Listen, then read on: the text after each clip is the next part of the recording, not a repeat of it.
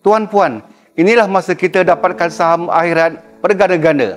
Tahukah anda, setiap amal yang kita lakukan pada malam Lailatul Qadar lebih bernilai daripada 1000 bulan. Bayangkan ganjaran untuk setiap ringgit yang anda sedekahkan untuk membina ruang ibadah yang lebih selesa untuk para jemaah yang menghidupkan malam penuh keberkatan ini. Masjid ini duduk kat kawasan strategik, ramai yang datang. Tapi masjid ini tak cukup ruang, ada yang terpaksa solat di luar. Ada yang berharap tempat ini lebih bersedia untuk menyambut mereka di malam-malam akhir Ramadan ini. Lailatul Qadar ini tak ada jemputan. Kita yang sepatutnya mencari dia.